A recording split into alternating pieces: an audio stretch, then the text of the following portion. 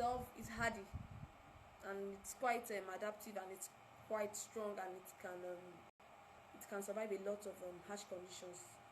But that being said, the pH, the dissolved oxygen, the temperature, the nitrate level, the ammonia and ammonium level, the total dissolved solids are important parameters to look out for in your water. Even if the other parameters are far-fetched, especially if you are running a grow-out system, two things are very important, which is your pH and your dissolved oxygen. The good thing about pH is oftentimes pH is always fluctuating, so oftentimes you might not really need to do so much to regulate your pH, but it's important to always monitor it, especially when you're a hatcher. It's important to always monitor it. I don't want to delve too deeply into water parameters, but then I just need to quickly drop some points. So the others might even be far-fetched, especially if you run a grout system and practice a good flow through, but endeavor to have your pH stroke temperature meter, and endeavor to always check your dissolved oxygen. I and my over 30 colleagues in the Animal Feed and Protein department of Olam have been equipped with test systems, test kits, because a lot of these test kits can be difficult to incur because they come at a cost. So if you need their contacts in Nigeria, we are everywhere. We can come to test your water for you, and those who use our products benefit this service free of charge. There is no cost attached to it. So that's just by the way. The acceptable range for pH is usually between 6.5 to 7.5. Because low pH, especially when it's below 5, like around 4, 4.5, is, from the little science we did in school, for those of us that pH, you know that it's the level of acidity, alkalinity. So once it's too low, the water becomes acidic, and the fish would likely die of acid poisoning. That's one. Then the temperature, it's meant to be between 26 to 32 degrees. Anything outside that needs to be monitored and fixed ASAP, because extremely low temperature will depress the growth rate of the fish, and it will lead to death.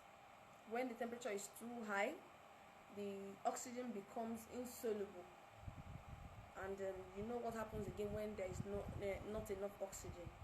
So the DO level, which is the dissolved oxygen level as well, is it's also important, because when it's too high, there will be gas bubbles, which also kills fish. We call it gas bubble disease. And when it's too low, there will be lack of aeration, and it will lead to stress. And there are so many ways to aerate your pond. I will discuss that too as well in another session. So there is the need to understand that water must be in good condition for optimum performance of catfish, and that is where good management practices come in. If you don't practice good management, your water will not be in good condition. Your water parameters will not be good. I'll tell you why. Because there is everyday activity. The water, of course, from the source might be in good condition. The everyday activities, I said that the fish lives, breathes, excretes, and eats in that same water. So just how would you feel if I leave maybe like 50 of us in a room without air conditioning, without aeration, and I let us be eating, breathing, and excreting in that room without coming to clean it every day? That's exactly anything you're not comfortable in. Anything that smells awful to you, anything that tastes awful to you, would also be the same for your catfish.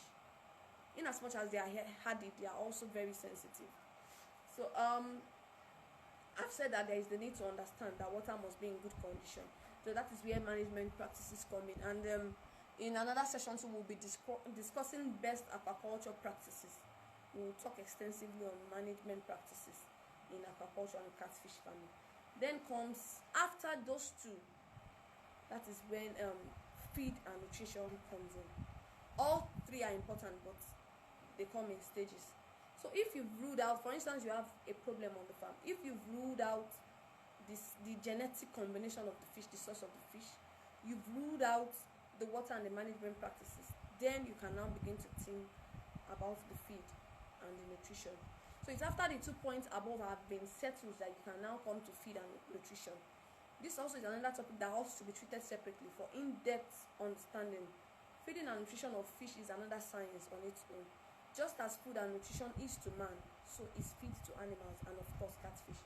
Catfish at every age has a specific nutritional requirement.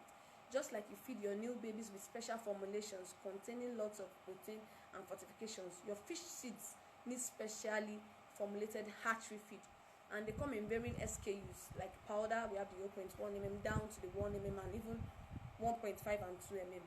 These particular SKUs contain high level of crude protein and amino acids, and the feed are differentiated by SKU basis. And there are two factors that are considered in differentiating feed by SKU. One, the size and nutritional composition. That is, as they grow in size and age, their requirement varies. So that is how of feed is being graded.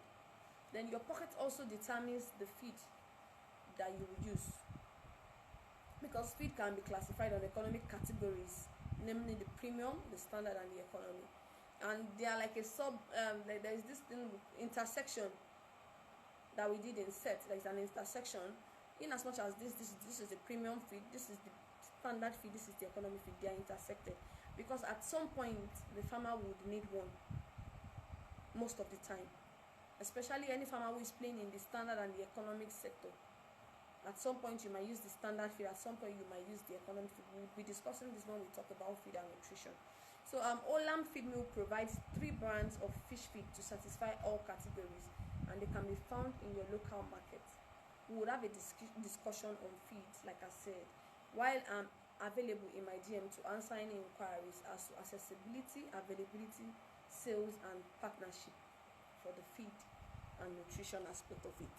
So at this point, I would like to take my leave because I have some things to do, and I see nobody really has any question today, aside the question that I was answering before the session yanked me off. So I was explaining that the reason why I don't advise beginners, except you're an expert already, maybe by virtue of your profession or education, I would not advise beginners to go into it. It's because, and I'm sure even my lecture in my last discussion, this question has answered itself. It's a sensitive sector. You need to